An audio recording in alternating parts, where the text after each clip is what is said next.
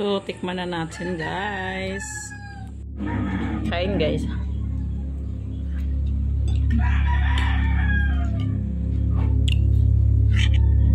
Masarap pag nahaptok ang ating alugbate.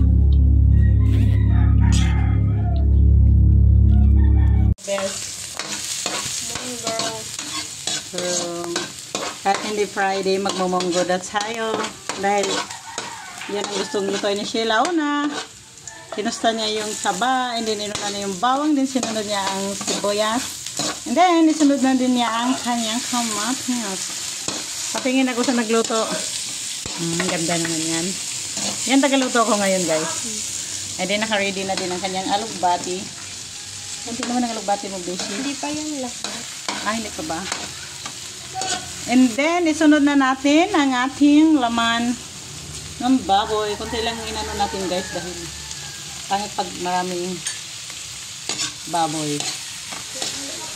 Yeah,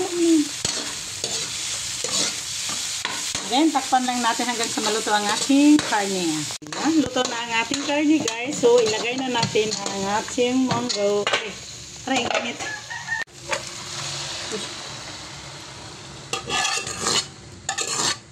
Add na po tayo ng kaunting asin at magic sarap. Mag-add na tayo ng tubig. And para may sabaw ang ating munggo. Buti, tapos pinasa doon.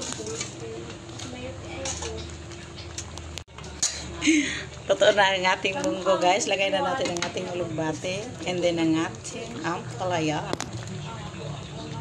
Nung time lang siguro nag-inuman kami ng March 21, yung talaga nakalimang cook me. Nag-inom may ato po Ang ating munggo, kain natin. Hindi tayo naglagay ng chicharon, guys. Ayaw kong masyadong mamantika. Itong taba lang ang pinatosta natin. And then, tikman na natin.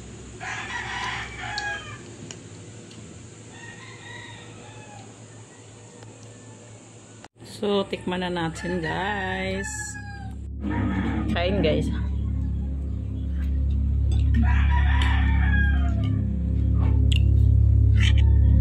Masarap pag nahaptok ang ating alugbate.